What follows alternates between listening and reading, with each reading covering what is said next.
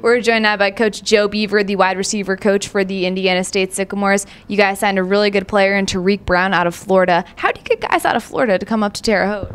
That's a good question. You know, we actually hadn't recruited Florida until this year. It was kind of a situation where, you know, we had to look at signing about 5 wide receivers this year to replace that senior class that we had, and one of the big emphasis was speed. And so obviously, you know, Florida's known for its speed. It's known for it to have a lot of guys down there. We went down there specifically to look at specific position groups, and one of those was wide receiver. And really just through turning over rocks and looking for, you know, using coaches' contacts and all those different things, we came across Tariq and Immokalee, and it was a good fit. Now, besides his speed, what else does he bring to the table in regards to his position? Well, definitely as far as the overall team and the unit, you know, he's a really good special teams player in the return game.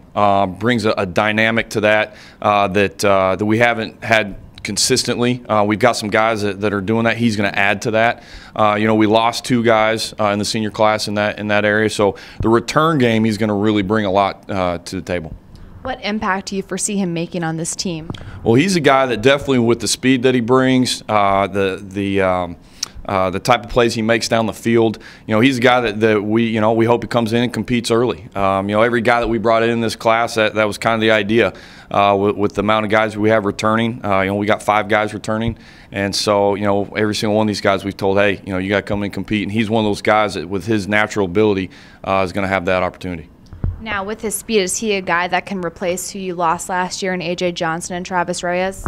We hope that he is, no question. You know, those are two guys that are going to be hard to replace speed-wise. You know, a 4.3 guy and a 4.4 guy that are legit times. You know, he's a guy that's going to have that ability. You know, and hopefully the maturity level that he brings and that this group will bring will help him to do that and propel the group that way. Well, we look forward to seeing how speedy he can be next year for you guys.